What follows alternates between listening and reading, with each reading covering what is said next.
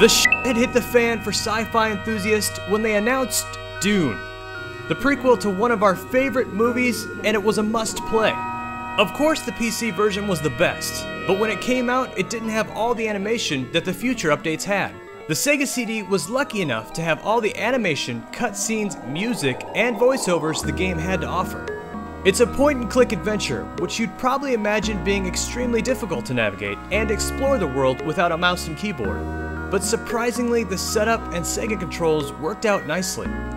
It's not a fast-paced game in any sense, but an adventure where you get to explore and learn what to do by talking, recruiting, and strategizing. This type of game is not for everyone, but it can be fun, especially when you get to explore a world you saw in theaters and imagined in the books. The soundtrack was outstanding.